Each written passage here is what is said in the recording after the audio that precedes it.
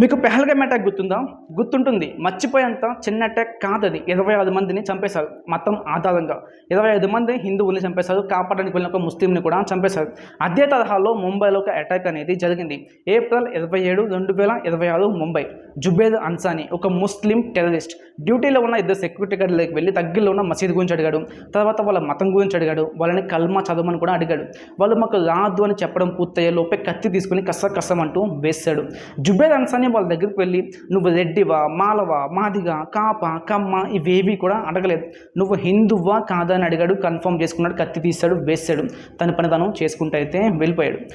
మనం వాళ్ళిద్దరూ క్షేమంగా ఇంటి వాళ్ళనైతే కోరుకున్నాం. అంతకన్నా చేసేదైతే ఏమీ లేదు. ఎందుకంటే మనం మన కుల గొడవల్లో బిజీగా అయితే ఉన్నాం. కొట్టుకుని చస్తున్నాం. కుక్కల కన్నా దారుణంగా కులాల కోసం మనం అయితే కొట్టుకుంటున్నాం.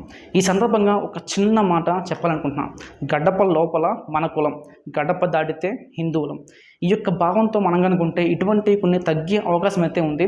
మొన్న పెహల్గాంలో, నిన్న ముంబైలో, రేపు ఆంధ్ర తెలంగాణలో కూడా జరిగే అవకాశం అయితే ఉంది. కాబట్టి ఎప్పటి నుంచి అయినా సరే ఆ కులాన్ని తీసి పక్కన పెట్టి అందరం హిందువులు మన ఒక భావంతో ముందుకైతే వెళ్దాం. జై శ్రీరామ్.